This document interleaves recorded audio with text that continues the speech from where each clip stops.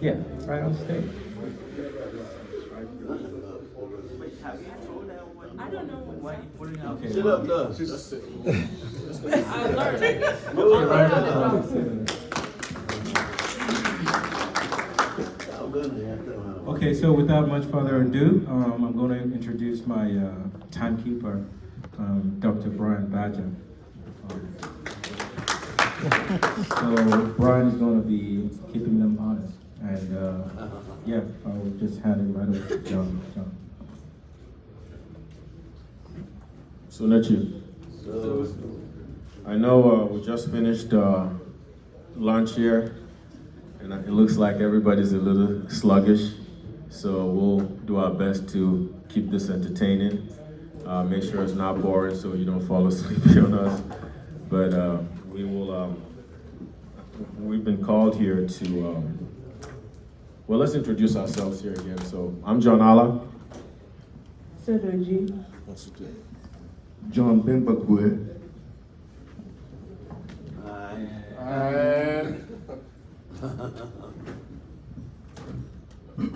So Tiomoka Yan Richard only. So I'd like to introduce myself. I know over the years I've been here with a lot of other members and colleagues and family, friends, but I also would like to obviously talk about the reason we're being called here to address and have the opportunity to speak to everyone. I'm from Bako in Benue State. I came to America in 1999. I did get a scholarship playing basketball from Nigeria. That scholarship led me to Canada, where I picked up another scholarship that I ended up at a junior college somewhere in Illinois. When I got to Illinois was a very little town. I remember being the only black student, actually the only black person in that town at the time. And that was a culture shock. It was scary. I didn't have a phone, not to speak of anybody. I didn't know any of you at the time. And that was the truth. One thing I did know was that when I was back home, that I heard about MUTA. And so I felt encouraged. Within one of those years, getting to school to make my way to MUTA, to meet other fellow-minded TEEP just like myself, to feel a sense of belonging and a sense of home. So that was how my story led me to MUTA. Now, on the flip side of things, once I got done with school, finished everything else I was doing where I decided I would do business because that's one of the things that interested me. So before I got done with school, I started a little business, and that business was cleaning windows. And because I didn't have any other source of income, I couldn't work hours with anybody else, I had to get creative. How do I stay in school, keep my work hours, and still own a business and make money? That led me to being able to get disciplined. I had to figure a way to get disciplined and be able to share my time and save time. I went ahead and rented a ladder. I rented a truck for a few hours a day, and I would drive around and I'd offer people free window cleaning. And at the end of the day, the neighbor would call me because he seen I've done a good job, and I got a client. So this is how I built my first business in America. By the time I was done with college, I had 2 other guys working for me. I didn't need to go out in the field anymore because now I was done. I had to now focus on basketball, whether I was going to play this basketball full time. I was representing Nigeria at the time. I played professional basketball in Spain as well. So now I have to make a choice. What do I do? With that choice came the fact that I had to sell that business. I made a little money from that, and I moved on to the next one. The next business I got into was construction. And with construction, I did the same thing. I took the baby steps to start. I took the discipline to get what I needed. And I'll go get into more of this. I know it's going to be, if I start speaking about every little thing, it's going to get too long. We'll have other panel members here. But once I got that discipline in place, the next stages were to implement. The implementation part is, I think, what a lot of people struggle with. Everybody has an idea of a business. Not everybody can turn that into money. If we all could do it, everybody would be doing business. Everybody would be making money because it's an easy thing to do. You create time for yourself. A sister of mine over here was just asking me, hey, how do you get to go home so often? How do you get to go home so often? Well, I'll tell you how. When I came to MUTA, it was one of the first things I noticed. Nobody was going home that often. Because every time we spoke about, listen, when are you going to go back home? Oh, I don't know, maybe this time, maybe that time. Well, I started to wonder, well, if we're a MUTA, how are we going to help people back home if we're not going home? How do you help people that you don't see? How do you feel someone's pain that you don't touch? That drove me into my foundation. I opened up a foundation for boys and girls, and that foundation catered for sports and education. And through that foundation, I was able to take care of about 1,000 kids every December, and a few of them in scholarships through the year for school. Some of them who are good enough, we offer them scholarships here in the United States. We bring them here, they go to school, and we can see progress within these kids. So I'm talking about two things here. I know I went into one and drove into the other, but I want you guys to understand how my life is tied into both of these things and how important it is for me. One thing I want to encourage everybody is this, especially on the foundation side. I know we've talked a lot here tonight about mentality. Changing mentality doesn't start with adults. You cannot teach an old dog new tricks. It's literally impossible. It's the same with humans. I can't start here and call Brian and want to instill all my ideology into Brian because Brian already has his. But I can influence my little nephew sitting right next to him over there. Over time, I can influence him in a positive manner. And I need to be direct with him. I need to be able to reach him at his point, not being able to dismiss his wants. Even if it's causing me a problem. Now, I spend a lot of money just like Overson was talking about his school. I renovated the basketball for Benue State. I put new backboards. I redid the whole entire area for them. It's a government facility. I didn't ask for the government for one penny. And why? Because I know that the assignment is not the government. The assignment is the individuals. I gained from the court. I played on that court. That court gave me advantages to move to where I am today. So why do I go back now and again and expect somebody else to pay for something I benefited from when I can afford it? What about the next guy behind me? So this is the mentality we need to change about our kids. When we talk to them, we need to make sure that they're understanding, the fundamental achievements that we can get as a group if we can help them reach their potential. And I do thank you again for your time, and hopefully if you have any questions, I'll be able to help.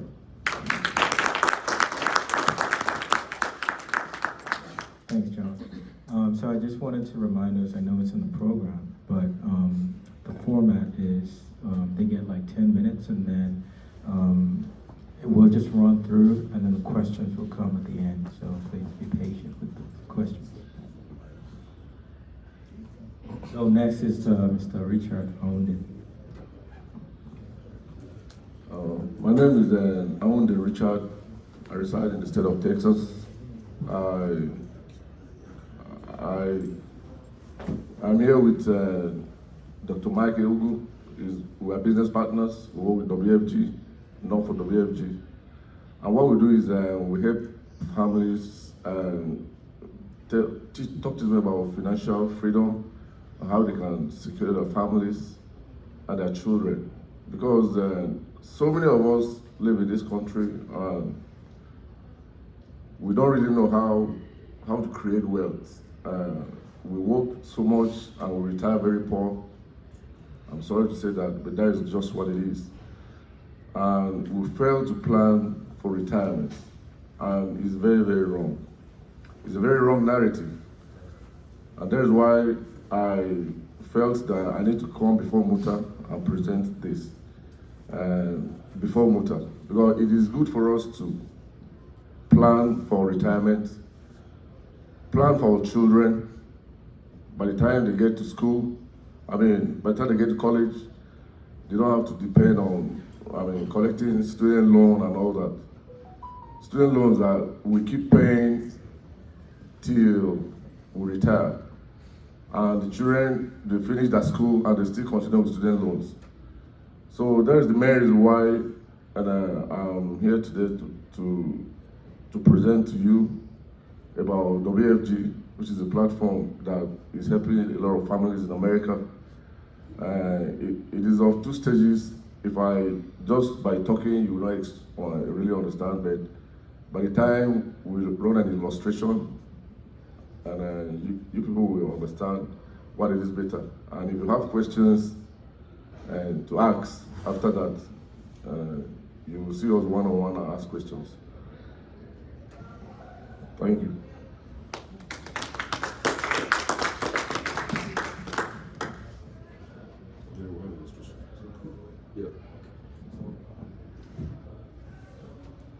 So yeah, they just want to get ready to present.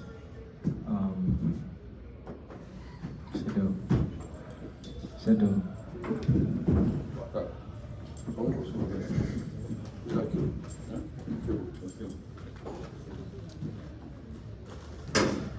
Yeah, please, I will crave your patience while they set it up. It's going to be really quick.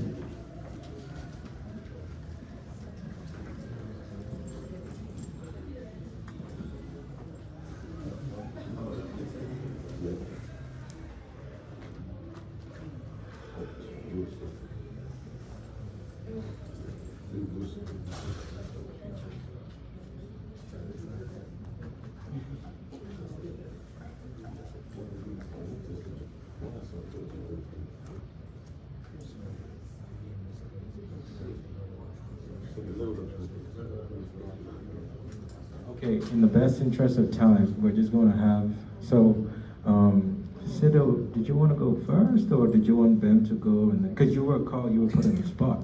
So, Exactly, so I don't know what I'll say. well, I got ideas, but I'm not either. So, anyway, did you want to go? Did you want Ben to go? Because Is yours written down? yeah, Bam, you got it. Okay, so Bam, yeah, they'll take their time. So just you could stand over, like right in the corner. Sunichi.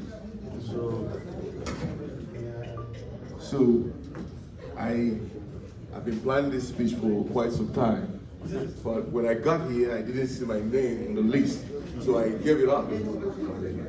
But then now my name came back to the list. As a matter of fact, I tried my best to squeeze myself in there and then mention some of the things that I had in mind.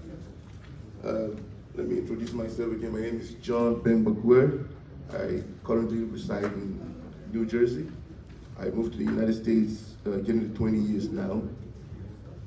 And I grew up in Boko, where I believe that everyone there is like a critic. I think it's innate in us. Now, I come to you this morning or this afternoon as a critic, not as a critic of criticism and opprobrium, but rather a critic of critical analysis. So, I'm gonna just tell us a little story that took place, or something that used to happen in Boko. There's this place known as Junction, Ghetto Junction in Boko. We used to play snooker there around the early 2000s.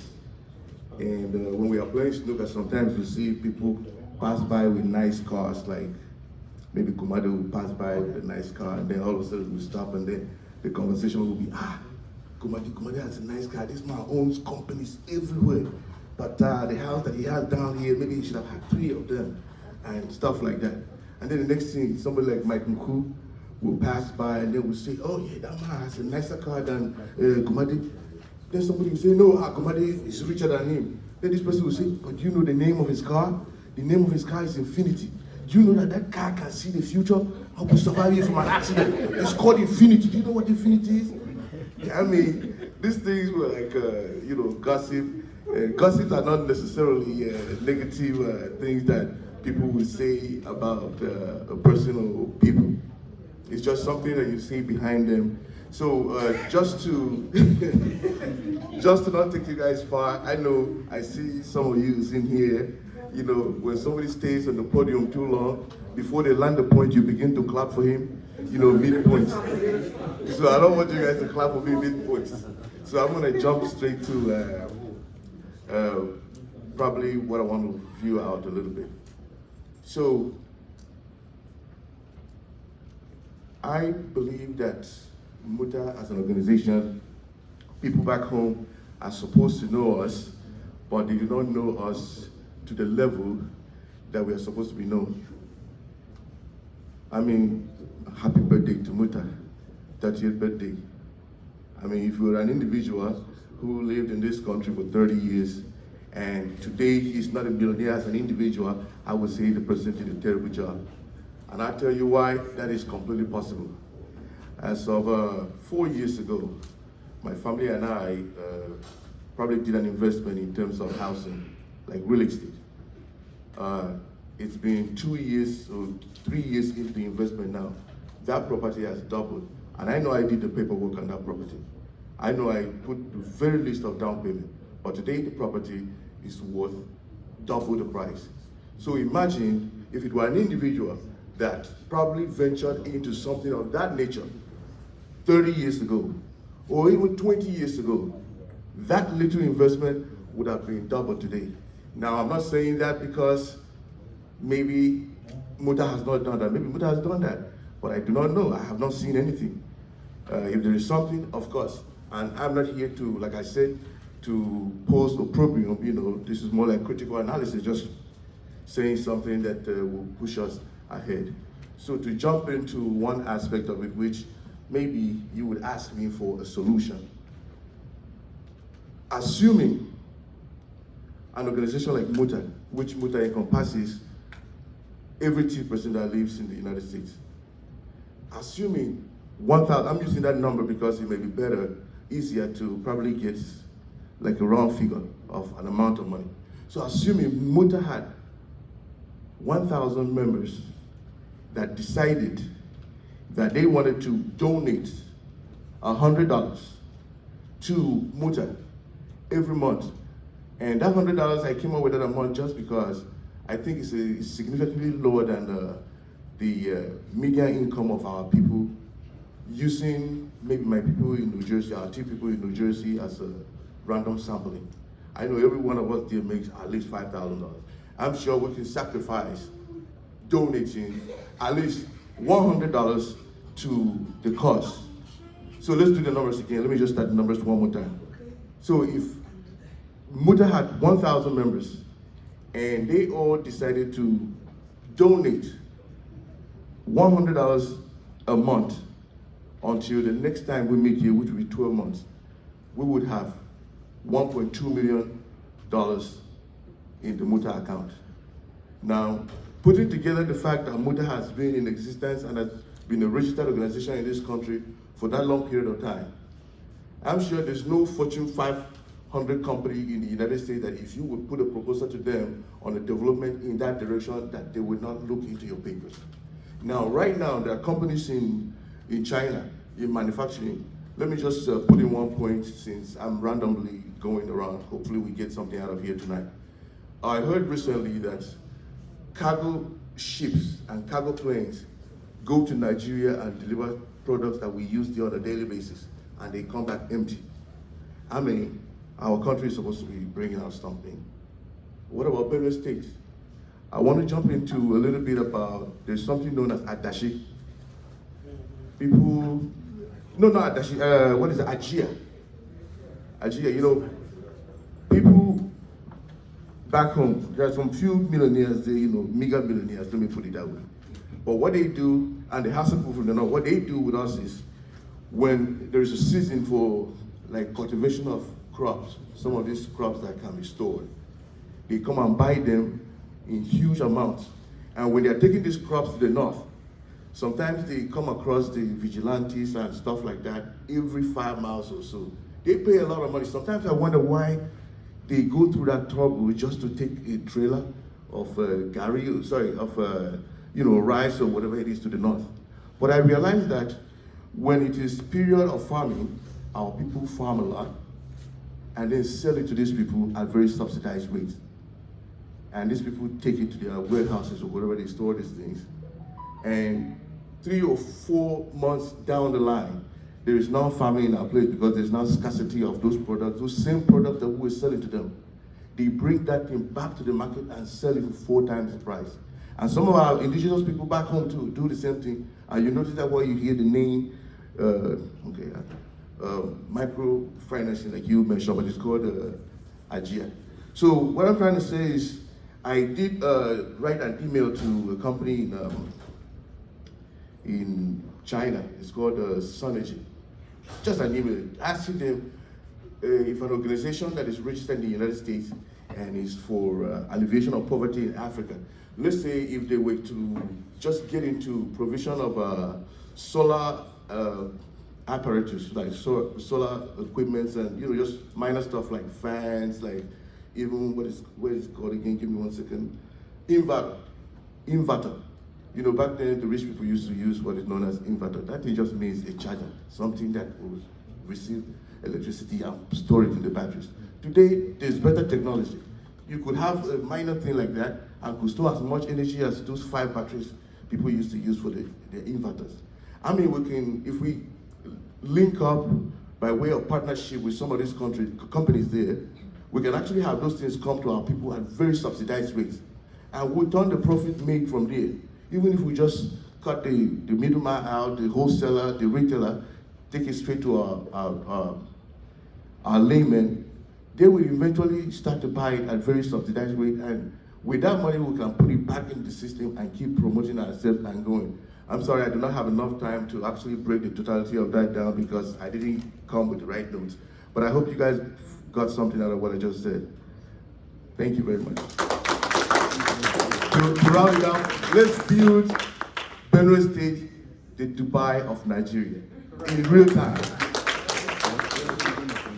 Thank you, Ben. So, Richard, are you guys ready? Yeah, we're ready. Okay, so yeah, we just move that to the side. Sorry, we're going to move the table to where?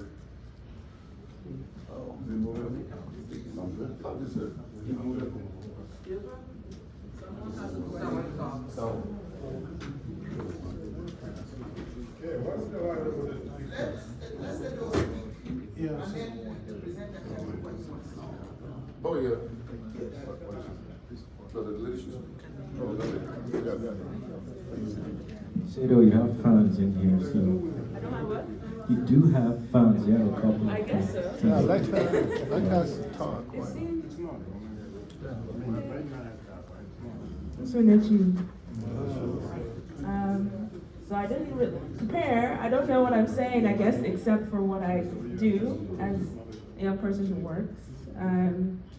So I was born here in the U.S. all my life. So I've lived here all my life. I've gone through the school system here. I ended up going to Northwestern University in Chicago area, and where I studied neuroscience and global health. And from there, I went straight into a master's program for public health, also at Northwestern Chicago. So I did that for a year, graduated with my master's degree, and then I did an AmeriCorps year, which is kind of like youth service, but it is voluntary. Like you can choose to apply to it. It's a government run and funded program where you can get stipend and choose a nonprofit or another location to work with across the United States. And it's kind of promoting volunteer service and giving back to the I guess the country, the nation, and giving me that experience. So I did that for a while, right after I graduated, before I kind of sorted out where I was going to go or what I was going to do.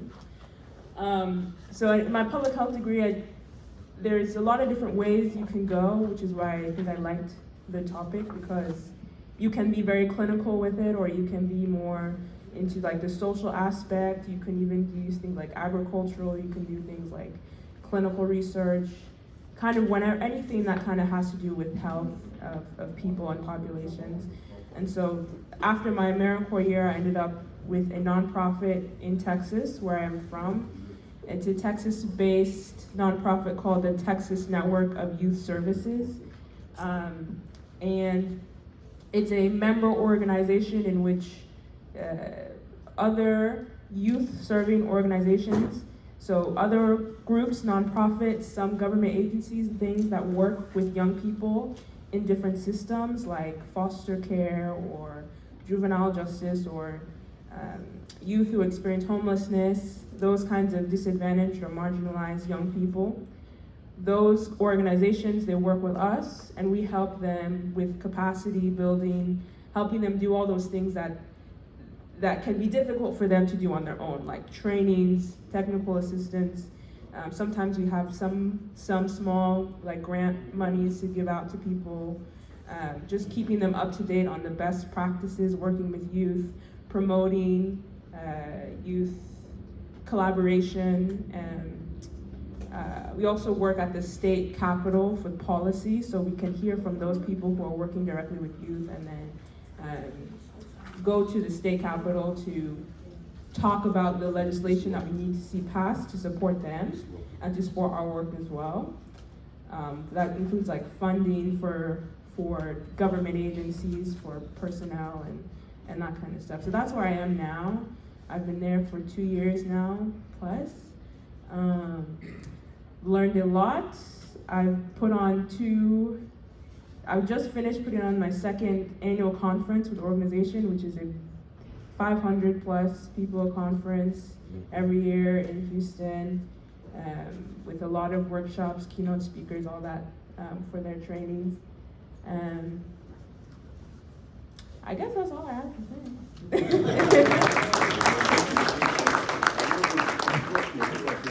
Thank you, Sada. Yeah, that's wonderful for someone who didn't prepare ahead, and that was great. So thanks for helping us out in that regard. So I believe that Richard is ready for his presentation. The chair has to go. Students, we're so sorry for the technical error, difficulty. I want to introduce Dr. Mike. He's a financial professional and a retired banker. He worked with Wells Fargo for almost 20 years in the United States. He will be doing the presentation. Thank you so much.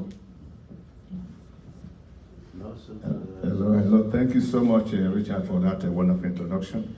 I want to use this opportunity to thank, the president and members of this great association for allowing Richard, and by extension me, to stand here before you this afternoon. So, I thank you so much, everybody.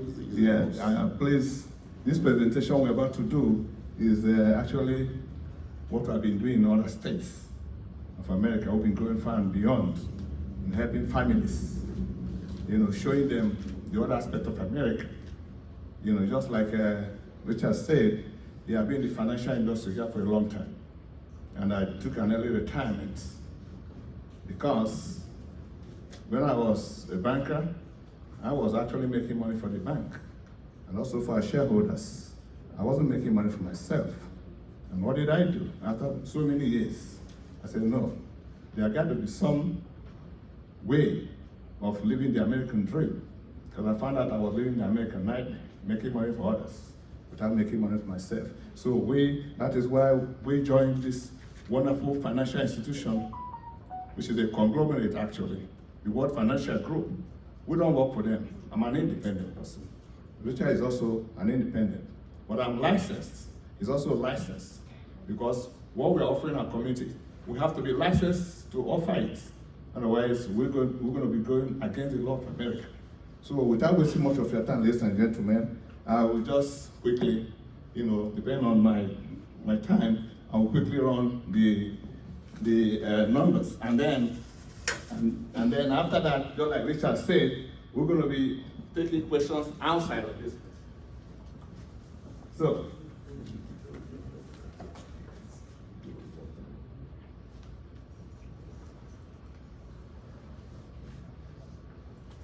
basically, ladies and gentlemen, what we do in One Financial Group is helping families, giving them peace of mind. You need to put it on project. Is it large enough? No. Where? Yeah. No.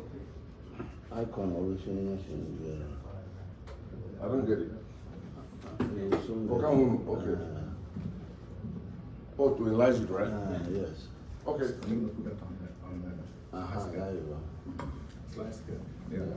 So ladies and gentlemen, what we do, basically, we have a program which we say, no family left behind. And what family are we talking about? We're talking about our own families. Because we found out that this thing we are doing, people have been doing it for 108 years in America. But our community, what I mean, community is the community of immigrants. Most of us don't know, what it is. And that's why some of us that are so passionate and have financial information, we have gone in to study what these people are doing in America that our community don't do. Because this thing they do is what they call the elites, what the elites do in America, what they call the 5% of Americans. So without wasting much of your time, ladies and gentlemen, what we're doing is actually trying to find a way to save our future so that we can retire in America and retire rich instead of retiring and go back to work again. So that's basically what we do. And what do? We have to teach our people, what the greatest Americans do. They know how money works.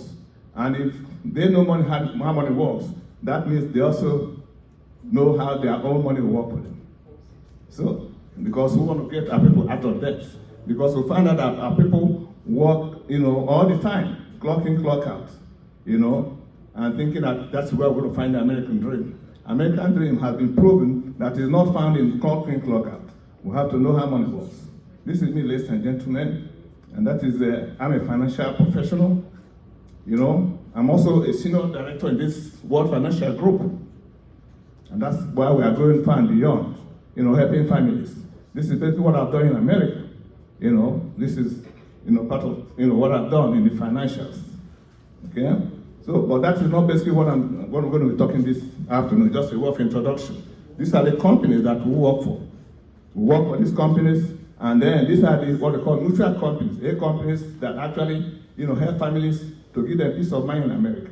And what are we doing? We also found out that there are two families in America, Family A and Family B. Okay? The Family A is where most of us are. That's where majority of Americans are. The 95% of Americans in Family A. And what does that mean? That's people who make 100,000 or less. Where the Family B people make 250 or more. The Family A people also have a job. But in comparison, the people that belong to Family B, they have businesses. Like I've seen some of the discussion this afternoon about business owners, which actually pleases my mind, that there are some people in our community, from this community of MUTA, that are already in Family B. But we also know that people in Family A, they put their money in the bank.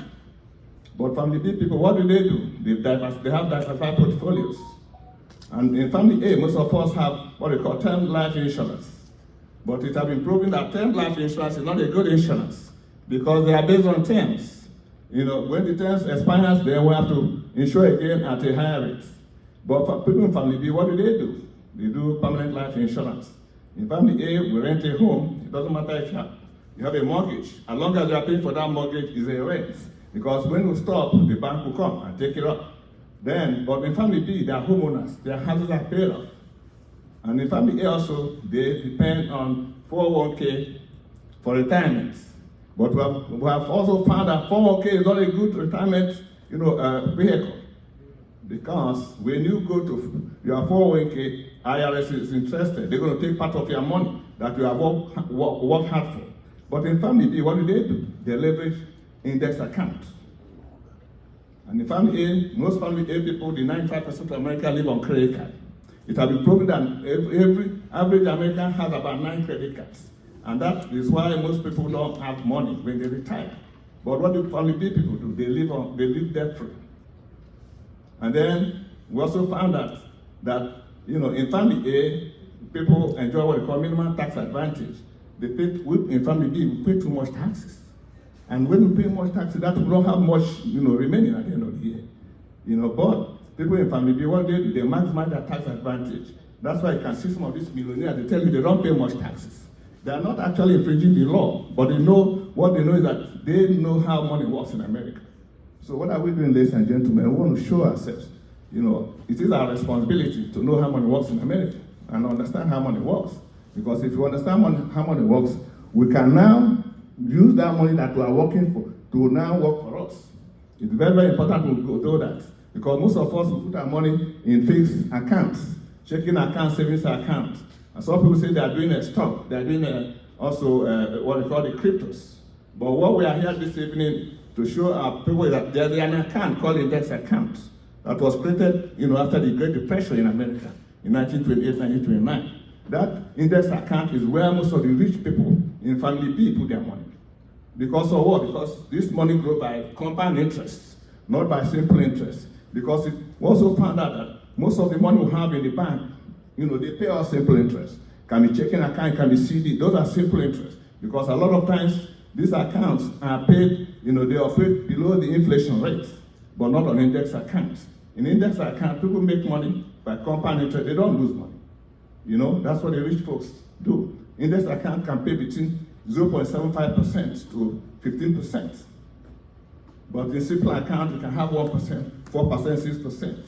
That's not a good way to make money in America, and that's why most of our communities have been left behind. We work so hard in America, but we don't have so much money, How do we know that compound interest is the real account? All of us know about Einstein. Einstein told us that compound interest is the eighth wonder of the world. That those who understand how it works, they earn it. Those who don't understand how it works, they pay it. Most of our community people have been paying compound interest in this country. How do we know? When we pay our mortgages, we are paying compound interest. When we pay our credit card, we are paying compound interest. Okay. Okay. So that's exactly what we are saying, ladies and gentlemen. That is left for us to understand how money works in this country, because that will help us to save a lot of money, working, for our time. But this account, what I'm saying, ladies and gentlemen, is actually a law in America, which is called the 7702 of IRS. It's a code that they brought so that people can now save money by compound interest, make money by compound interest. You can take that money out without paying, taxes. And then we can show you when we do one-on-one with you, how that can happen. These people have made a lot of money doing this. But the major thing before I go, ladies and gentlemen, is that, just like Richard said, we have found the secret whereby children can go to college without paying, student loan. It's based on the 7702. You will set up an account, for them when they are 2 weeks old, and by the time they reach 15, 16 years, the money must have accumulated by compound interest, and they can use this money to pay for college, or they can use this money, they have a full right to go to college after college without actually carrying the burden of student loan. So there are so many things, ladies and gentlemen. I know that I don't have so much time to present, but I want us to know about probate courts. Even for the business people, if you have money in America and their money is not indexed, that money is exposed. Because it has been proven, if somebody passes away in America, there's a court called the probate court. All the assets, saving account, checking account, all of them are going to be, they're going to be frozen for 24 months because of the probate court. Even if you have a business, you have to index your money. Otherwise, there is this probate court that is actually going on. It has actually probably so many people in America whereby, they go for GoFundMe. GoFundMe is people who have money, but they can't protect their money. When they pass away, the money is going to be held on for 24 months. So there's so many information, ladies and gentlemen. I know I'm already on time, but I want, just like Richard said, we can do one-on-one. There's so many things we can show you with illustration and with all information that can make more meaning. And then it will tell you why we are doing this crusade. There are so many people who have done this. It's not only me and Richard, there are thousands of people, but we need more people. We need more families to come and help because our people are actually dying out of ignorance. So ladies and gentlemen, like I said, we have more time out there to talk to you one-on-one. We're going to show you exactly, some of these things we have said, and we can show you with illustration And also the people who have converted their annual income into monthly income. People make a lot of money doing this business. It is very, very amazing. And then this is what we want our community to know. Thank you so much, ladies and gentlemen, and I appreciate this time and the opportunity to get me to talk to you. Thank you, thank you, thank you. Thank you so much. It's always good to get something much literacy. So that brings us to the wrap of the presentation part of the Young Professionals Forum. I think we're just going to move on to questions and answers. I can see Professor Tagiri. Yeah. Okay, so my question is to the last presenter. Sir. Yes, sir. So you had examples of family A and family B. Yes. It seems to me there should have been a third family group. There should have been A, B, and C, right? And the reason is as follows. Family A is earning less than 100,000, right? That's 100,000 or less. Oh, yeah, right, that's what I'm saying, man. And then B is 250,000 or more. So there should be C, which is between 100,000 and 249,000. 99 cents. 99 cents. What about family C? Those folks in the middle. Yes. Huh? Well, thank you so much, sir. That's a very good observation. Yes, and it's basically designed to know if somebody is listening or not listening. You are a very good listener, sir. Thank you so much for that. Yes. I'm a good student. Yeah, that's very good. That's very good. Yes, I know this is a very smart thing. I've listened to just one or two thoughts from everybody here. Very enlightening, the community. Yes, that thing was actually created. We know there's a gap between the 100 and 250, but it's just created so that people should migrate. What we are doing in this crusade is actually to help our people to migrate to 250. So we don't want to 199 or something. That gap there is we want you to do the quantum jump, So that's basically what it's telling us. We want our people to go to that 250, so that people don't have to retire poor in America. We have seen people, when they retire, they go back to work again. Instead of taking vacation with their kids and grandkids, That's what the rich folks do in America, the 5% in family B. They buy these jobs, they create jobs for us to be working, and we keep on doing punching and puncher, thinking that maybe one day the manna will fall. Manna has not fallen. As a bank manager, I've seen people, they make money, but when at the end of the year they come, I say, I made money, but I don't see the money. And I tell them, yeah, that money I'm making, you're on W2. W2 is not good. And I can prove that, as I'm an accountant by training. W2, yeah, 37%. If you make $100, they're going to take $37. Okay? Yes, and I'm very glad about the business, the basketball player, business guys, and so many. Yeah, he knows why he's in business. Because IRS gives a leeway for people who are in business. So you can write their business expenses and tell them the balance. And then the balance is what they're going to tax. But on W2, you don't have any choice. They give you W2 at the end of the year. So we have so many proofs. And that's why we want our people to be maybe like the 5%ers, not like the 95%. Thank you so much. Thank you.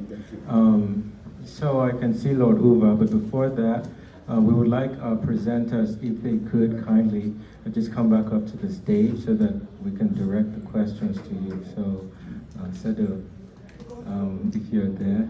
But everyone else, please, Richard. So yeah, I'll pass on to Lord Uva.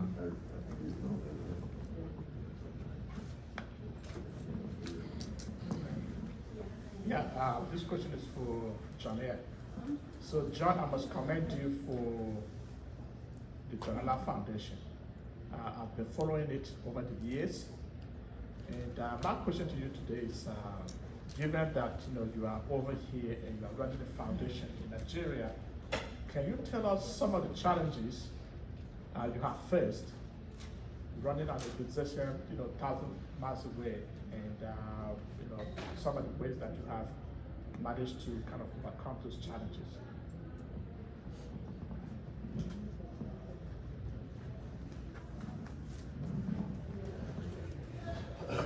Thank you, Lord Uva. I appreciate the question, and thanks for the compliment there for the foundation. It hasn't been easy. It hasn't been easy at all. But I've made the commitment. I'm staying the course, and I made the commitment. The challenges are the same we all face.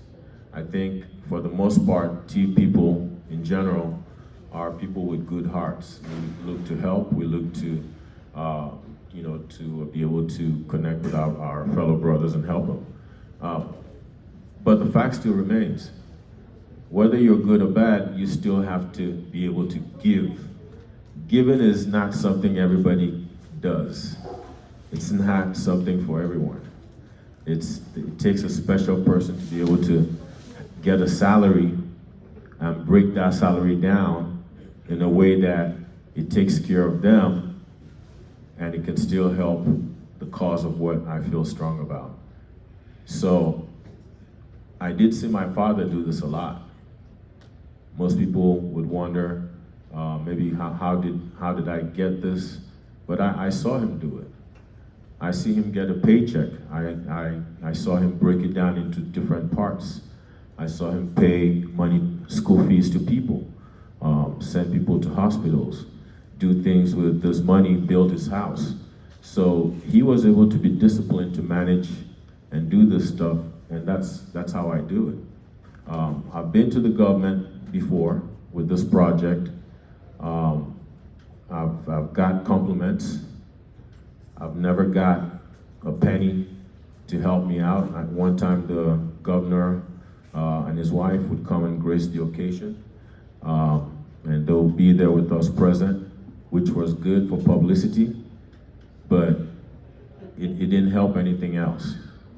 So everything so far has been done out of pocket. I don't have sponsors. I don't have sponsors here in the US that give me money to take home. I have well-wishers. I have some friends who would put money together and give to me, and I could add my money and we do what I need to do. But since you brought that up, I want to encourage everybody here. The kids that I'm taking care of are your family. They're your cousins. These are your family. Now, if I'm able to commit myself to do this, it's not something one person can do. I might pass up tomorrow and the John Allah Foundation might be dead because somebody else doesn't have the vision. But I encourage you and I encourage everyone to find a purpose. Find your strength. If it's $1 you can do every month, commit to the $1. I don't get any money from MUTA. MUTA hasn't contributed money to my cause before. But we have people here capable probably of hosting the entire camp that I do single-handedly. They won't do it, but they'll give me compliments. They don't ask me, that's the first time anybody has asked me about a challenge I have within MUTA. So these are our kids. So if you guys again are standing and looking at me and saying, hailing me on, hey, go John, and you're there, you can do it, and you're not doing it, it's a fundamental problem that we need to change. And I think with your help, I could do more. I think when I go home in December and I put my flyers out and say I'm going home to do a camp, and the camp is, I turn kids away. If I put my registration for the camps, it's 2,000 people and counting. I have to stop at a certain point and say, no more, I can't do it. But imagine if I had all your help. Imagine how many kids we could reach.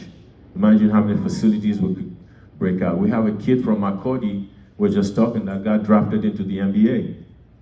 One kid got drafted into the NBA. Now we have two indigents from Benue who are in the National Basketball League. That's a big deal. Not most of the tribes in Benue in Nigeria don't have that. One of those kids alone can change the face of Benue as a whole, completely, of his own salary. So if we know this, why are we not encouraging them to do more in sports? Why are we encouraging them not to do more in entertainment? Why are we not encouraging the kids to do more rather than just school or just education? We need to open up other doors for them. So these are the challenges that I face, is being able to break through those barriers to be able to bring more people in so we can do more and influence more people. Thank you. Thanks, John. Yeah, still going on if there are questions. Oh,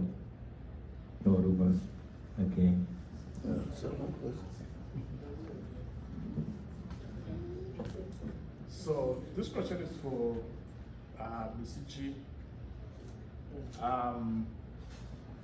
Thank you so much. Didn't know much about your background, but what you just said here touched my heart. You decided to volunteer for AmeriCorps. What pushed you? What motivated you? There's so many things you could have done, because based on my understanding, AmeriCorps doesn't pay that well. So yeah, what drove you to do that?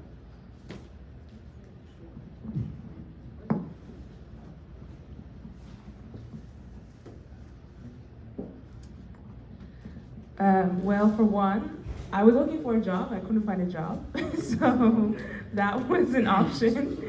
It's a good motivation because I was applying different places. I had in mind that I would either look for a full-time job or some sort of fellowship to continue kind of on the public health, global health area. And so I'd been looking for maybe a couple of months, and I hadn't heard of AmeriCorps until, I don't even know where I saw it exactly, but I saw it and I looked into it, and I saw it kind of in my mind too. I kind of saw it as like a youth service, you know, like I hear, you know, my parents and people talking about it like that. And I liked the options, I liked the flexibility. I thought it would be a good, because at that point I had just graduated. That's what, since June 2019, I just graduated. I had worked at an internship until September 2019, and then I came back home, and I had been looking for like a couple months, so it wasn't until maybe October that I started seriously considering AmeriCorps. Since I just graduated, I just been trip, I didn't know exactly what I was trying to do, but I saw it as a way to kind of to step into the workforce for this period of time. I knew it was going to be a year. I ended up being a little bit longer because it was into the pandemic, but it was like a distinct period of time where I can try something out and get experience in the workforce, do something that I might not have done in a job, didn't feel as locked into something as I might be if I had just started a job right away. And of course it was the volunteer experience. So you feel like you're giving back to an organization that needs the support. They also had pretty good, or some good benefits for being a volunteer service, as in, again, the stipend is low, but from after you complete the year, you have, it's like a federal non-compete. So if you're applying for jobs in the government, you kind of have like a leg up on some of those jobs after you complete the year. There's also an education award at the end of the year where it's, I think, around $6,000 that you can use for anything education related. If you want to pay your loans, if you want to do more school or pay for a course, you can use it towards that. Anything education related, you can use that. So I saw the benefits too of doing it because of those things, and because I thought it was a good way to give back and a good experience to kind of help me as I was just in the beginning of my career. So, yeah.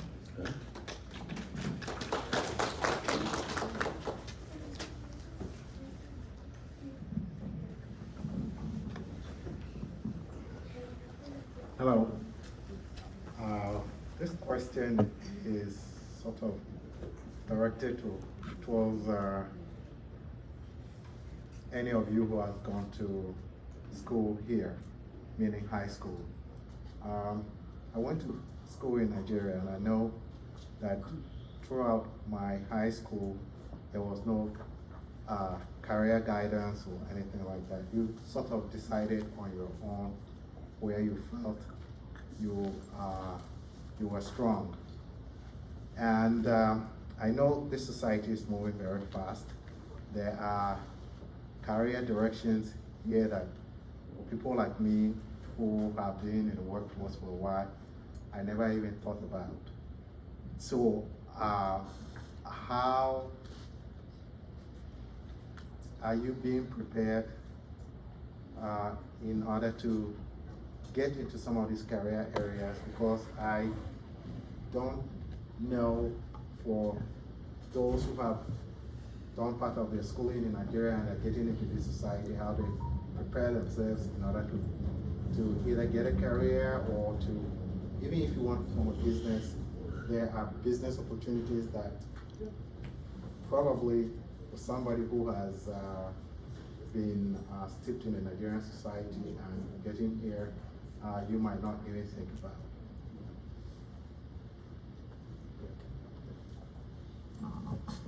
So it looks like that question, well, it's to everybody, but you directed it to someone who went to high school.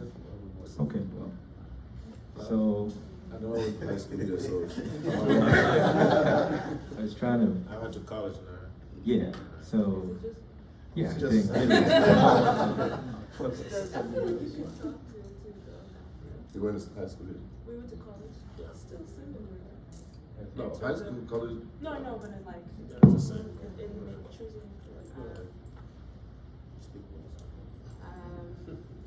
That's a good question. Thank you for the question. Yeah, so, I don't know, I think one of the benefits of growing up here and having high school here is just simply exposure to a lot of different things. And my high school too, we didn't have much counseling that I remember. So we didn't have a lot of like meetings with somebody, some adult who would tell us like, oh, maybe you're talented here, you're talented there, maybe you should do this. So I think most of my guidance in that sense just came from my parents anyway. So in that respect, it maybe wasn't as so different, but I do think going to high school here, maybe the difference is there is just a lot of exposure to a lot of, depending on what school you go to or where you are, there's just a lot more exposure to different things. You're actively encouraged to do not just the academic things, but also the sports, the extracurriculars, the clubs, the, you know, whatever it may be. And even if you're not participating in those things, you see other people doing those things regularly, and they're very dedicated and committed to doing those things, and they have chances to try it out, and maybe if they don't like it, they can just move on to something else. So maybe even if it's not built into, say, the schooling in some places, and nowadays, in modern days, like there's a lot of ways to see stuff if you know where to look for it, or if you, so like just YouTube, for example, like if you're just looking into something that you might think is interesting and you just, you know, spend 5 minutes looking at a YouTube video about it, sooner, you know, before you know it, you've now done an hour just like looking through videos and things related to that topic. And you can learn a lot in terms of like what things seem interesting to you or what things don't seem interesting to you, or just talking to people or hearing other people's experiences and asking them questions, like informal interviews with people. So that's another thing. I think maybe, this is not just my thought, but something I've heard from other young people who've attended MUTA. Like, I think there's I think something that some people have wished, especially when they were beginning of the careers, is that we knew what everybody kind of did. We knew like who's in what industry, who is doing what work right now. You know, who can I talk to if there is something that I find myself interested in? Maybe I can talk to Uncle Simon and we can talk about what that actually looks like, what his role is, how did he get to that place. I can see if it's something that resonates with me or doesn't resonate with me. Or even kind of something like a directory where even if I'm not interested in that job per se, but I can see, oh, maybe we can partner in this thing related to my career, or we can help each other get this thing off the ground or whatever like that. I think just because half of the battle, or I think even getting the information that you would want to know, like the real information that you want to know about finding a career or pursuing a certain path. I think the best information usually comes from just conversations with people who have that experience, that firsthand experience, where they can actually tell you, this is how it is actually, or this is how it was for me, this is how it might be for you. It could also go this way or that way or that way, but that person has the experience and can tell you in more detail, even better than videos and other stuff, though I do think those things are useful. So I don't know if I've answered your question, but I've been talking.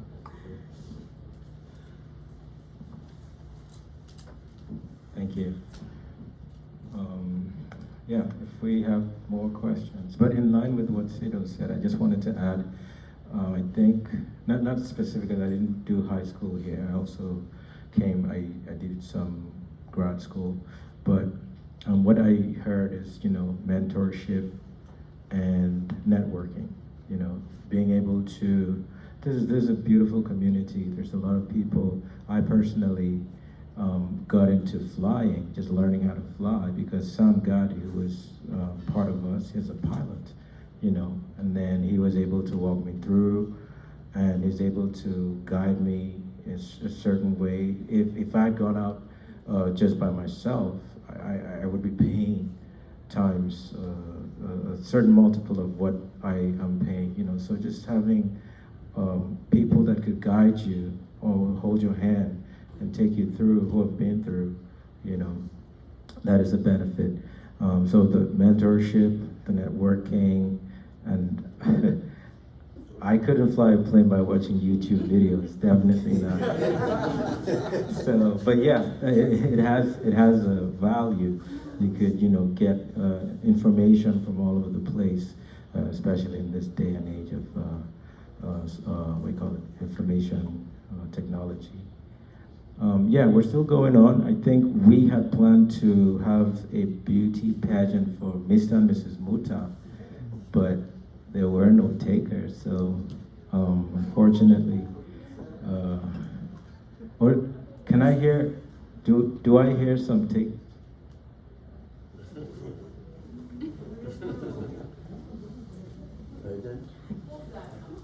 Say again? Okay, there might be some takers. Okay, well, in the meantime, while that comes up,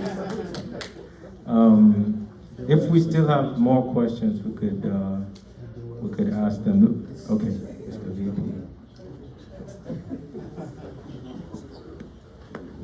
Hi, this question is for John. My name is Akaya Yaka, some people call me Daniel. Thank you, John, for a very wonderful presentation. If someone wants to contribute, how can we do that to your foundation?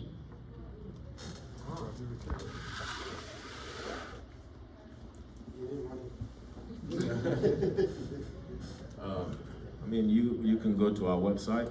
That's probably the easiest way to do it.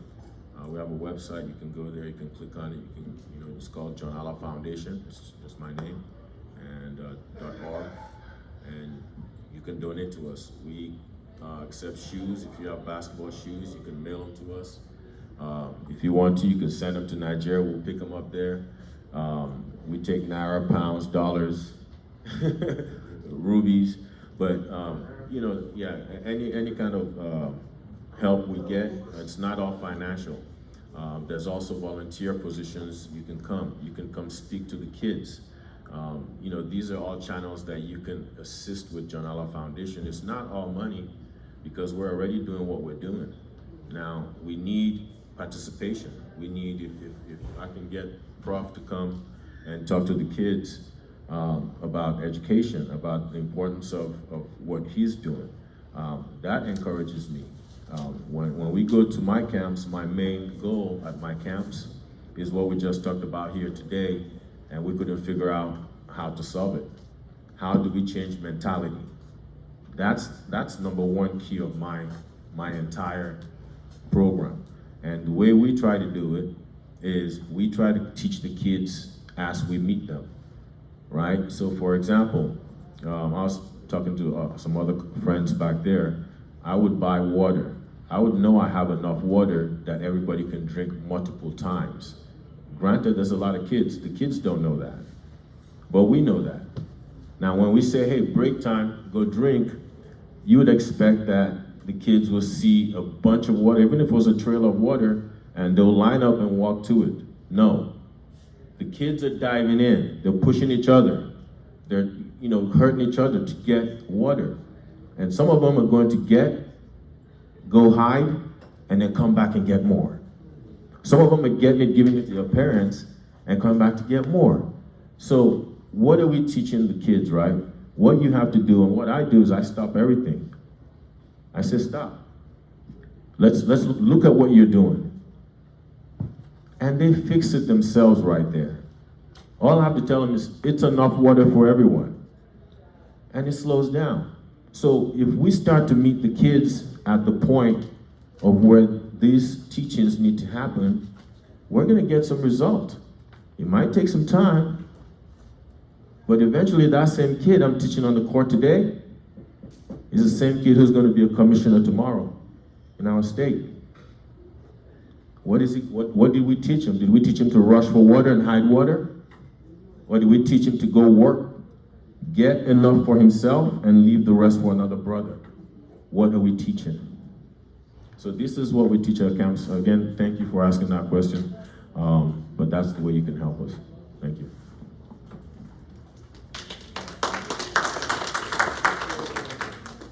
Thanks, John. So yeah, we're still on. If we have any further questions, we still have some time. We still have about 10 minutes for the Q&A session. All right.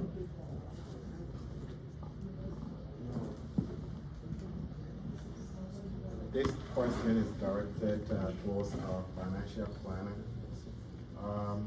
I think some part of my question was alluded to in the last response.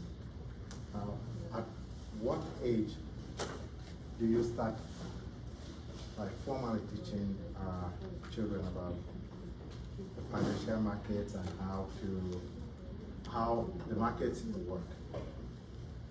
I know that even as an adult, some of the financial instruments there I struggle with understanding.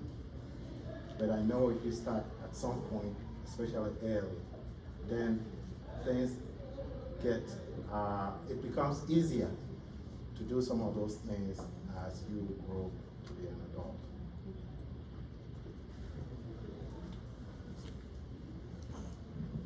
Yeah, thank you so much for that question. Yes, yeah, that is a part of what we say there's a gap between, most of us who come to America, and then you come here to school or you school and come here to America. Most Americans, especially whites and Chinese, they're very savvy at, money because they start early.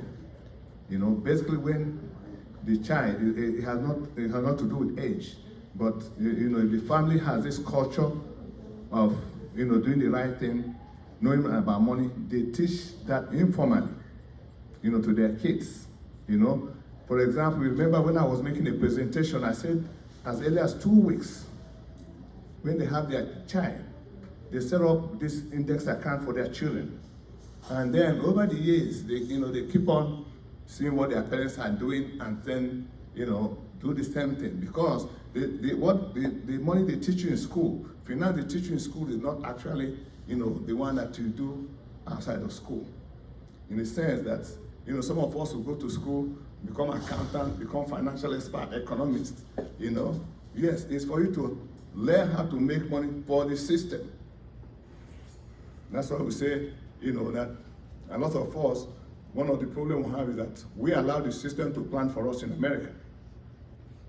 But we know that if the system plans for you, it's not going to plan for you to be rich, in the real sense of being rich, being financially independent, because we believe in America, if you have to work for any dime that you earn, that means you are not actually seeing the American dream. So to answer your question, there's no ripe age, but they follow the family tradition of learning how money works, making this investment, taking action as early as possible. Because I have one of my friends, he's a white guy. This guy is 45-year-old, The day he came to talk to us in one of the conferences, he said he became a millionaire at the age of 35. And then everybody said, what did you do to become a millionaire?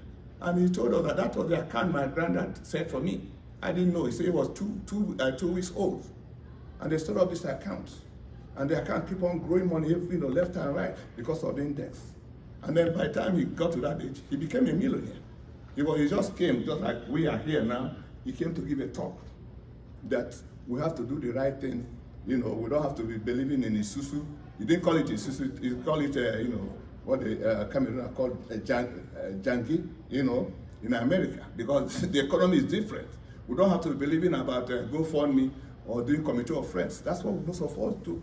This economy is not safe for that. So the guy, the money he was enjoying was the money from the granddad, So there's no formalism, but we just have to change our narratives about money and about how money works, and then our children will do the same thing, so that they don't have to repeat the same mistake that all of us do, laboring for every time. No, the system, have to leverage the system, because that's what they call OPM. OPM means other people's money. There's money in this system, but you have to find out how you can leverage it legitimately. Thank you so much.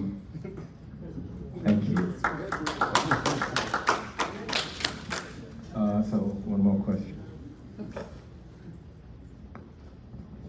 Just to follow up to that question, is there a package for an organization like us?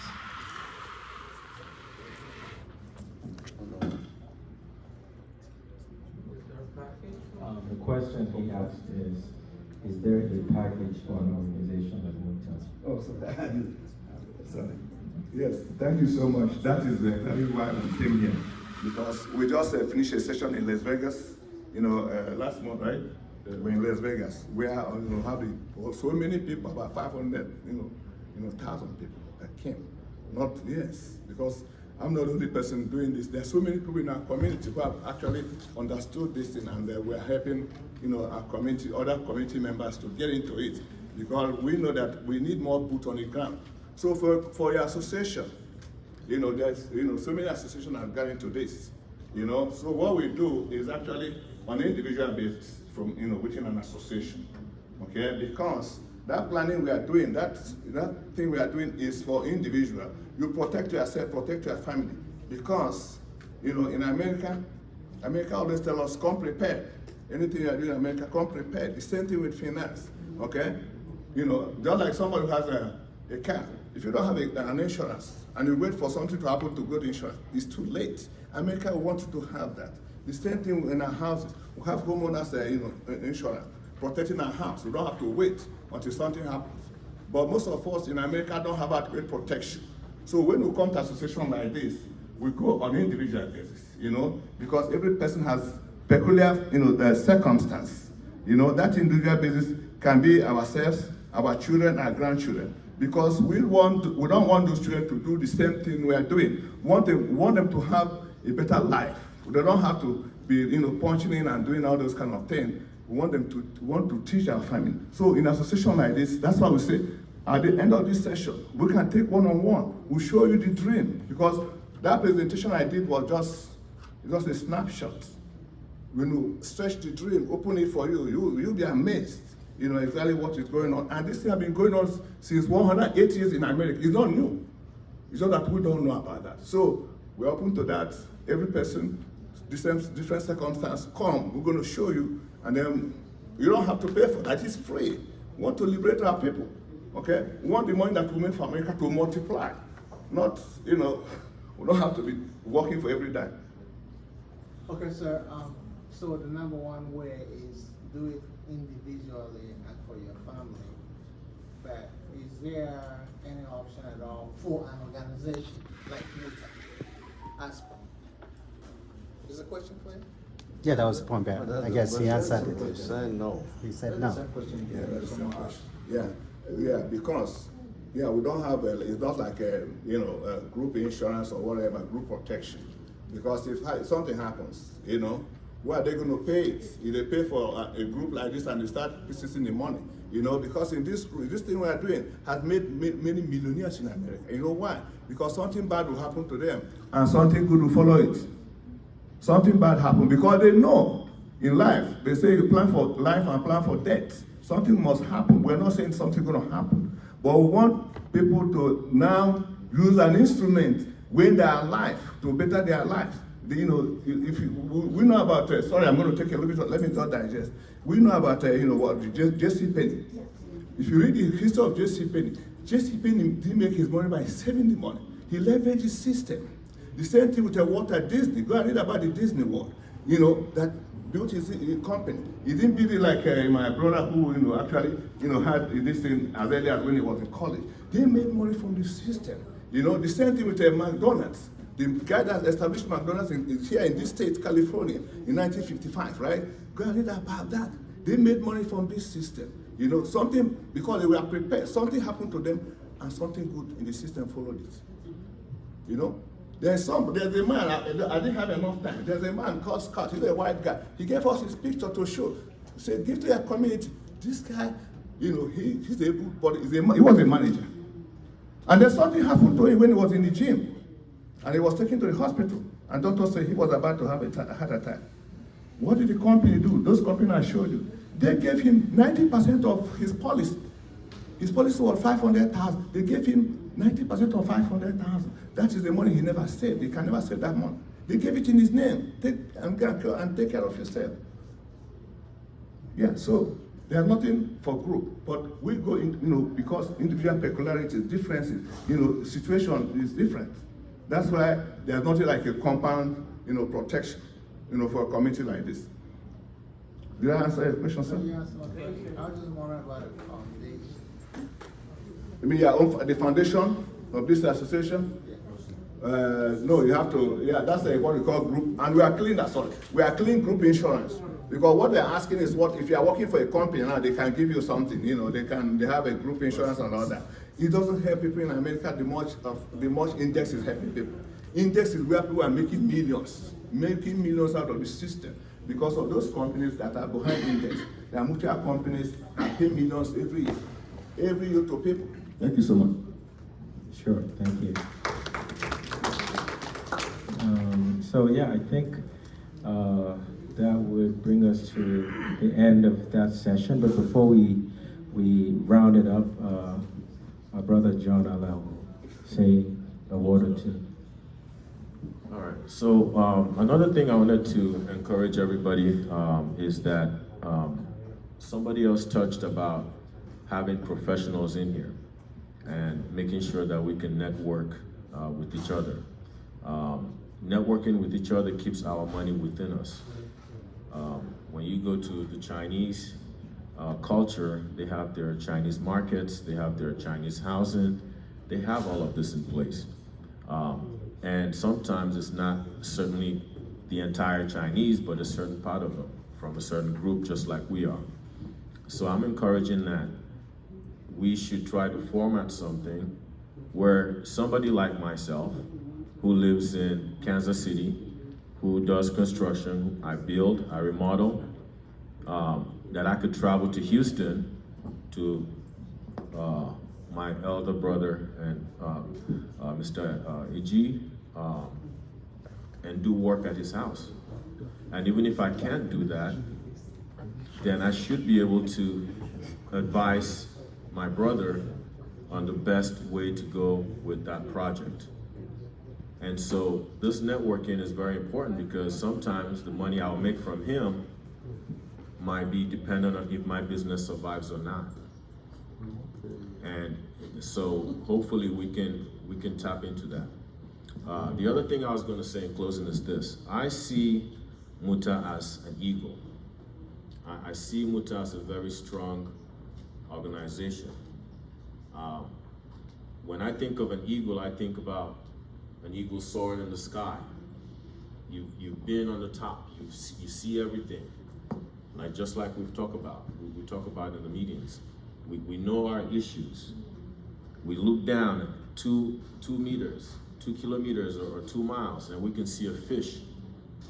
We can see the goal of where we need to be. We see it. And as an eagle, I understand it's taking us years to soar, because it takes calculation for me as an eagle to be able to catch a fish in the water, maybe swimming at 30 miles an hour. It means my calculations have to be on point. It means I'm going to make a few mistakes in the air and readjust myself, which MUTA has gone through. It means that I might take a dip and miss that fish. But one thing an eagle always does is it always gets its prey. And that's through intelligence, through confidence, which we have as a group, as a people. And this eagle also has to calculate when the fish goes out of the water and when it could swoop down. And while swooping down, it needs to hide its shadow also. So you can think about a lot of these factors that affect us as a group to be able to reach our goal. But I encourage everyone, I encourage all of us, that we need to stand strong as a group, as two people in the face of adversity, and that we need to push through our problems regardless of where we come from. And we need to focus more on development of our state rather than political ideologies that also take away from where we need to be today. Thank you very much.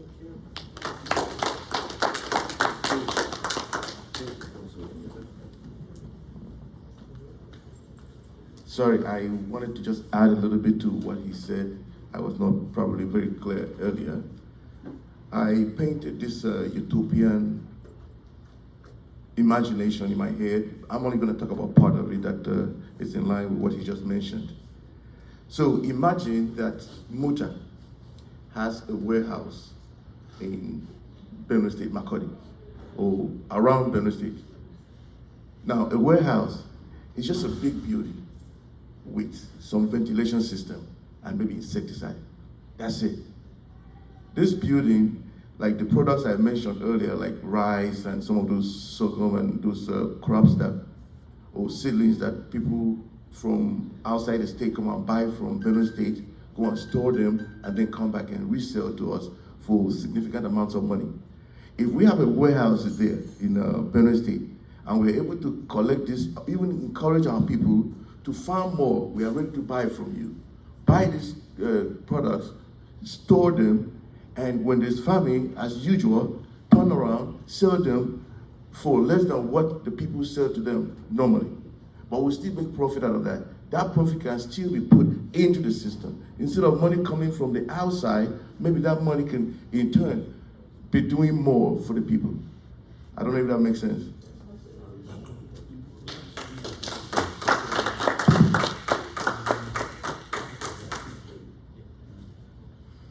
Can I just say something? Okay. Thank you so much, my brothers and sisters. I just want to encourage us as Steve, people who live in America, to let us try as much as possible to teach our children our culture and then teach them the right morals. I'm saying this because I came across a family that they live in Texas, and they traveled home to bring their first son to Dallas. So he was about 9 years when they brought him. So he came and finished his high school here. And he went to college, and along the line, he dumped his college and started following bad friends in Dallas. From there, he started shoplifting and then stealing people's cars with his friends. Not only that, he started taking drugs. And eventually, he got in trouble. They got him arrested, and he's in prison. He's a thief's son.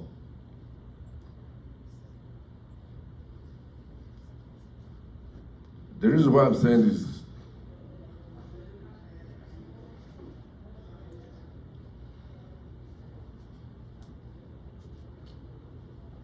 I will continue.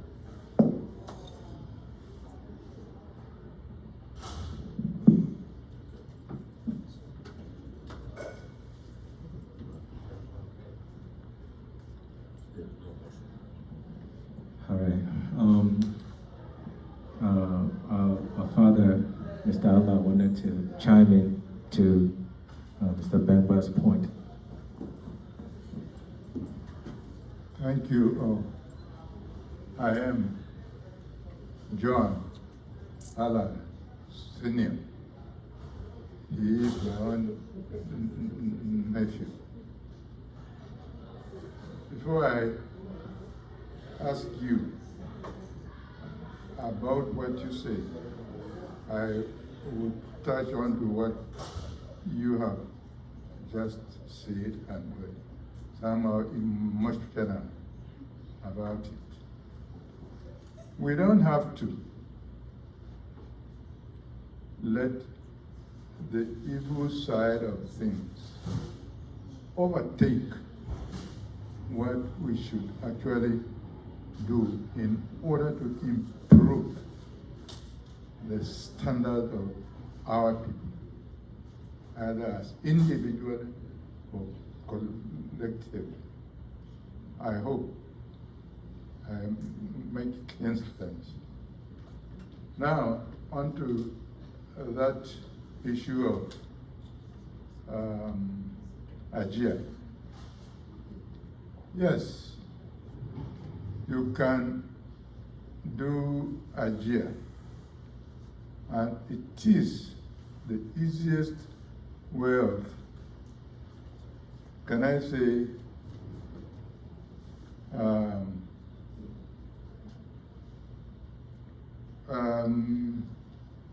cheating the farmer, the actual farmer.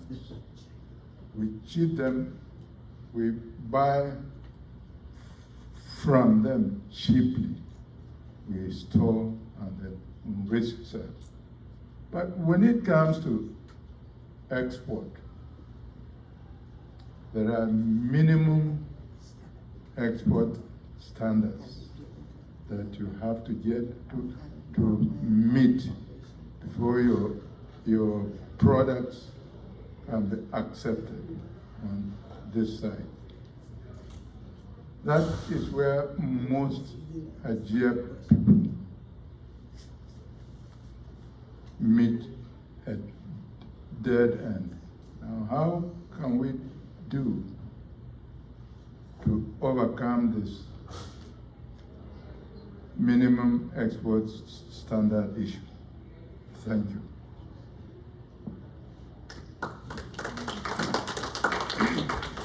Thank you. I don't know if you have an answer to that, or this is something rhetoric that we need to ponder. But yeah, make it very. So, this answer, I didn't prepare for it before, but it just got to me. That in fact, we have a lot of erudites here, very educated people. I'm sure they can easily answer those questions. And it's all about putting the right information. I noticed, and I know for a fact that farmers back there, I was in the forum, MUTA's forum, and one of our guys was talking about sometimes we want a particular product to maybe be used for reproduction of another product, but maybe the species that is needed, the farmers cannot bring out that particular species that is needed for that purpose. So all we need to do is get the right product in, get the right seedlings in. If we need to import, we need to do whatever it is. If the right seed is there, it will germinate whatever it is that needs to be used. I think that's my answer to it. I think it's feasible. Thank you. So I checked with the pageant team, and we don't really have an update. However, thank you so much for your time. We just have one last session. We will be rounding up shortly in about 10 minutes. I'm just going to go ahead and hand over to my co-anchor, Brian Planter. Yeah. Hi guys, this is going to be real quick. I want to talk about a couple of things, and it's going to be like real quick, like I said. One, I want to apologize for the pageant that is going to hold, because we didn't get a lot of interested contestants, participants. You know, the idea behind the pageant was to get most of, or get our youths to kind of partake in, you know, the whole tea culture thing. And I know a lot of us have been away and haven't really been a part of, MUTA and stuff. So we wanted to kind of encourage the young, people to be a part of this, and so it becomes something that is ongoing. Hopefully next year we will try this again. That way we encourage the youth to be a part of MUTA, and the whole family thing keeps on going. I also wanted to say something a little bit. Sedo said something that actually kind of reminded me of something that I was thinking of. Most of us here and see people in America, and we don't know what the rest of us do. I remember before coming to America, one of the most prominent names I heard from my dad and friends is Dr. E.G. We knew Dr. E.G. was in America, but I don't know what Dr. E.G. does. I'm very close to him. I see him as like, I agree to opposite. That's what I was thinking about. What doctor and what? I actually honestly don't know. And if you come to think about it, we don't know how to make it in America. And we heard Joniala told us how he hustled from one business to the other. We had them told us about real estate and stuff, but how much do we know? I've known Dr. Dana Young. We actually were in the same hostel, the same room in Benue State University. Now, I actually do not really know what Dan does. I just know he makes a lot of money. There's no one to mentor the next person. I was very good in maths when I graduated secondary school, and my dad wanted me to be an accountant. I applied to be an accountant at Benue State University, and Professor Shindi said there was no psychologist from Buruku, so he wanted me to be a psychologist. So I got into the field. I didn't know what it was, but I know my mom was a psychologist. I thought psychologists read minds. My mom will go out, come back, and she will know who broke down the last. So she's like, oh, that's what psychologists do. Okay, well, I will do it. I got into the field, I realized that's not what psychologists do. I got out of school and all, and I wanted to go into banking. I almost got a job with Nexim Bank before I came to the United States. When I came out here, as Nigerians, we feel if you read accounting, you just got to do masters in accounting. Doctor is going to be in accounting. So I still went through the psychology routes, masters in forensic psychology and doctorate in clinical psychology.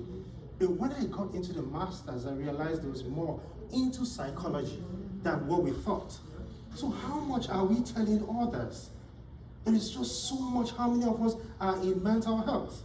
We are doing IT, we are doing all of these things. I have friends losing their jobs every single day because of AI. Whatever it is you think you can do as an IT specialist, the computer already knows what you do. The computer knows the manual. The computer drafted the manual. So can you do better than the computer? No. Mental health is different. I can sit with Bayu and talk to Bayu. The computer can't do that. That personal touch is different. This is why my field will stand the test of time. And so are so many other fields. Now I'm saying this not just because of the standing the test of time, but even the monetary aspect of it. I love money. So when I heard Sedo talking about volunteering, I'm like, wait, but how does that pay bills? I like that aspect of it. But how about we do that and then do something that pays the bills also? After COVID, I have a waiting list right now until January 2024. People waiting for me to see me. One, not just because I'm a psychologist. Two, because I'm a black psychologist. Three, because I'm a Nigerian psychologist. And we have all these millionaires, all these doctors. Because you're a thief psychologist. We have all these five because you're a Buruku psychologist. We have all these people, all these rich people sending their kids to UCLA, USC, all these top schools. But no one understands them because I grew up in Nigeria, I understand them. When they go to my company's website, when they see my name, like, this is a Nigerian, he understands me. I applied for a job and one of the ladies told me that a black psychologist in the United States is, a black male psychologist in the United States is like a unicorn because there's not so many of us. And I make good money. And I'm saying this not because of that. I'm saying this because so you can see a client, a patient, one for 45 minutes, and you're charging them $200 in California. So if you're seeing 8 of them in a day, Monday through Friday, you have Saturday and Sunday off to travel the world and come back. What are we doing in all these other fields that I still don't know what Dan is doing? I know he's making money, but we don't know these things exactly.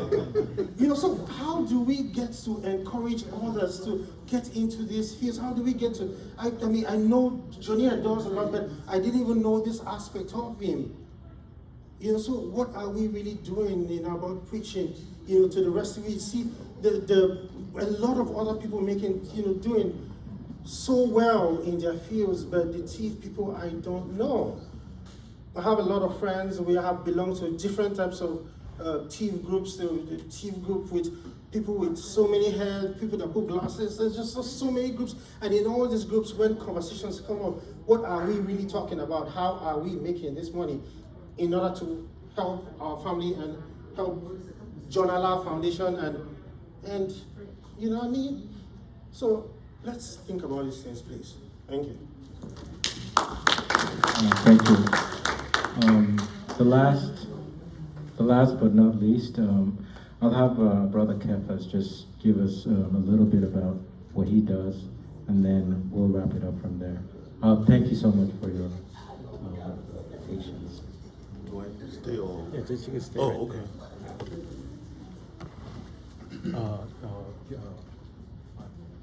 Okay, thank you. I've been informed that 5 minutes. Thank you, Mr. Chairman. Thank you, Janelle and members of the table. I thank every one of us that made it down here today. My 5 minutes, I want to appeal that could be 10 minutes, please, because I have a lot that I have to cover. Thank you, psychologists in the house. I know we have doctors, professors, and all of that. Ladies and gentlemen, Janala used the word ego. And if there's any living animal that's an ego, you know how strong and firm they are. We are strong and firm. Mr. Chairman, in your earlier speech, you asked a couple of questions, and you said you don't have a solution to problems all over at home and all of that. I remember if you could recall that, but I'll be very brief. However, I am proposing solutions to all of our problems. I am cycling down all our problems into a word all of us are familiar with, which is being entrepreneurship. What is entrepreneurship? You having a dream, putting that dream into perspective and seeing it happen, either short or long term. We've tried so many different things in so many different ways, but this is the short plan I think we could do. Let's keep Painway for now where it is. We're here. How much have we developed ourselves, just like the psychologist just mentioned here? How much have we looked into our situation here? How much have we built a platform to see that everybody is on top of what he or she is doing? So many of us, like you mentioned, cannot be all psychologists, professors, whatever.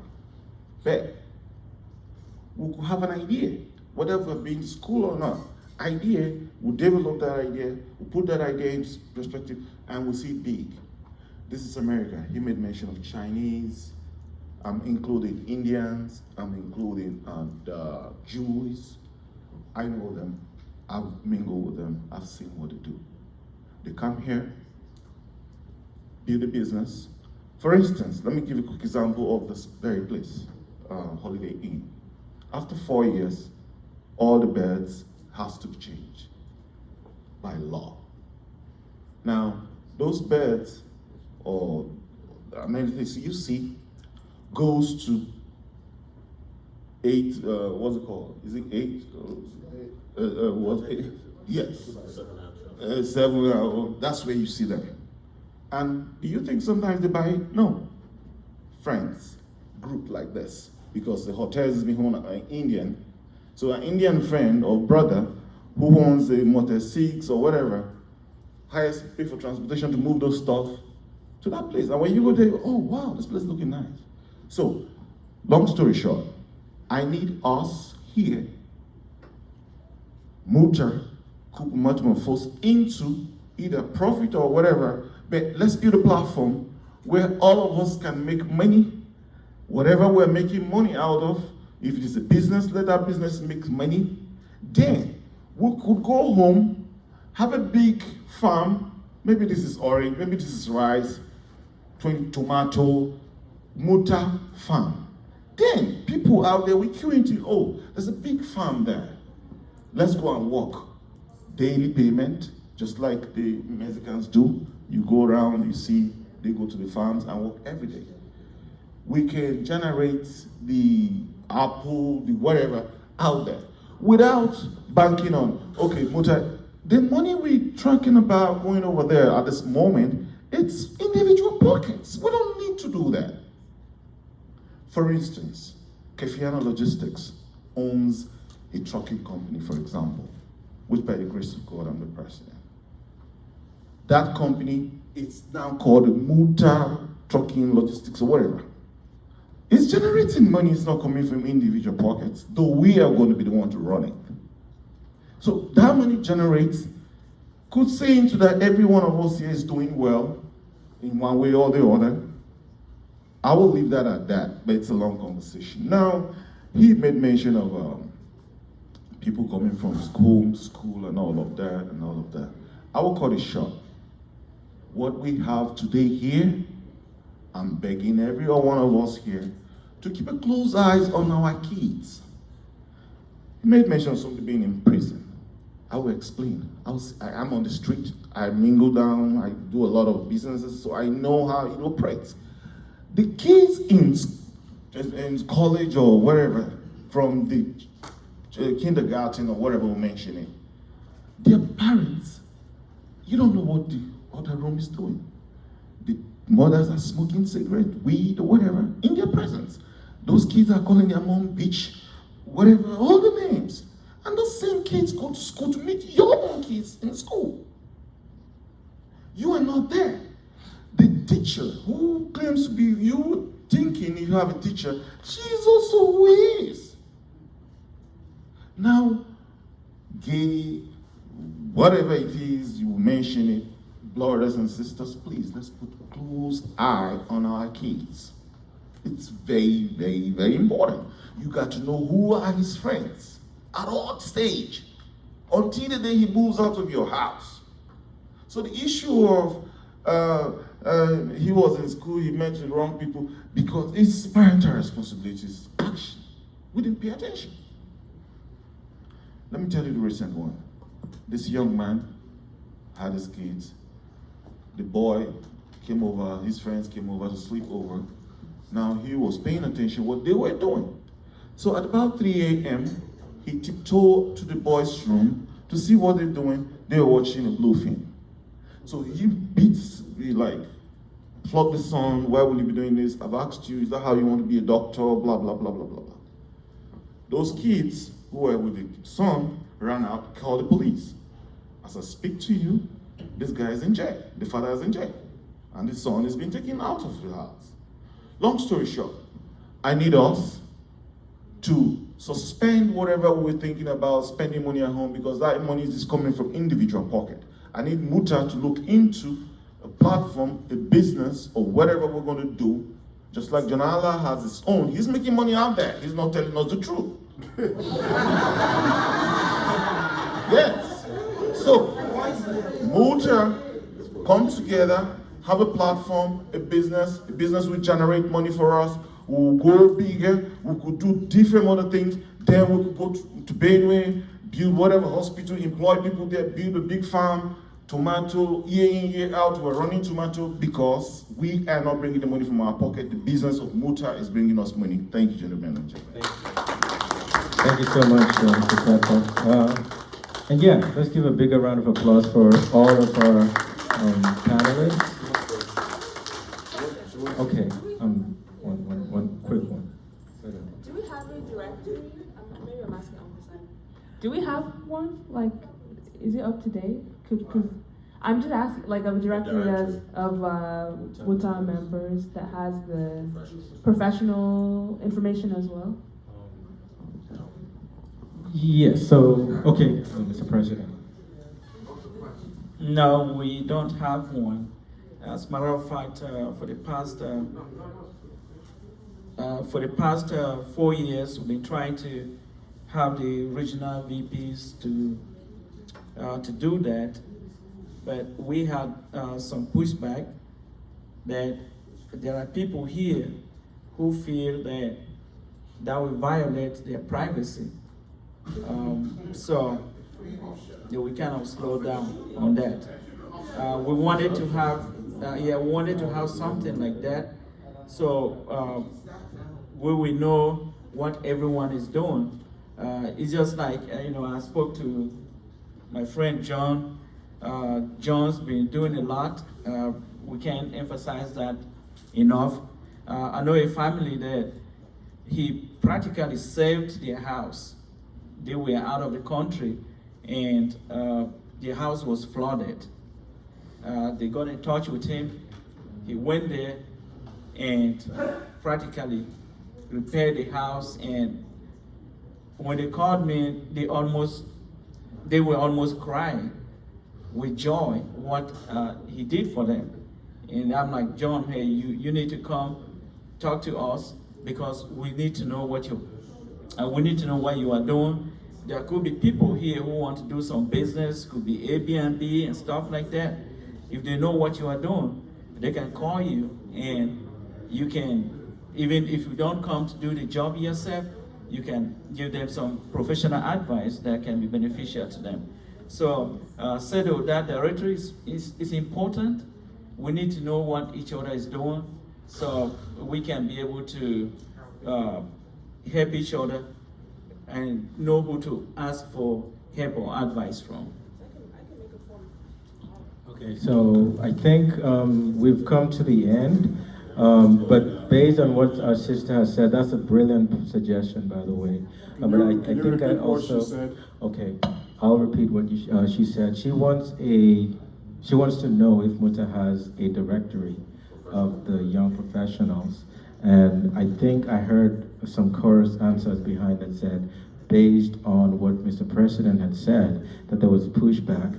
However, if that directory could be made optional, so people who want their privacy, if they don't want to put their names on, that's fine, but it could be made optional so that people who want it, there's good benefit that can be derived from that. So, and you're volunteering to come up with the form, right? I could do a quick one while we're here, even by tomorrow. That'd be wonderful. So we could, Mr. President, if that's okay, you can just assign her. But yeah, this brings us to the end. Thank you so much for your patience. One last time, and one applause.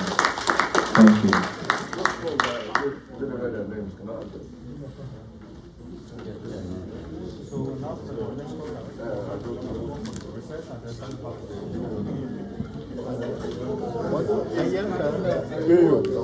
We'll make an announcement for Warman later. Before we leave, this is the time for the recess, and we're convening. We're to reconvene at 7.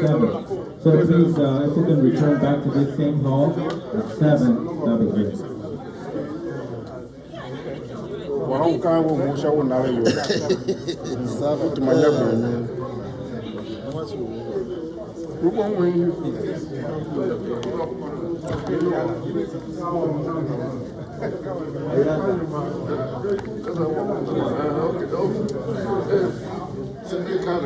Hello. Where we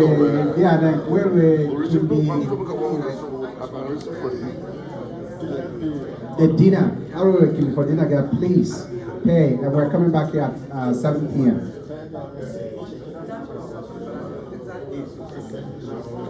You say, yeah. Maybe we go.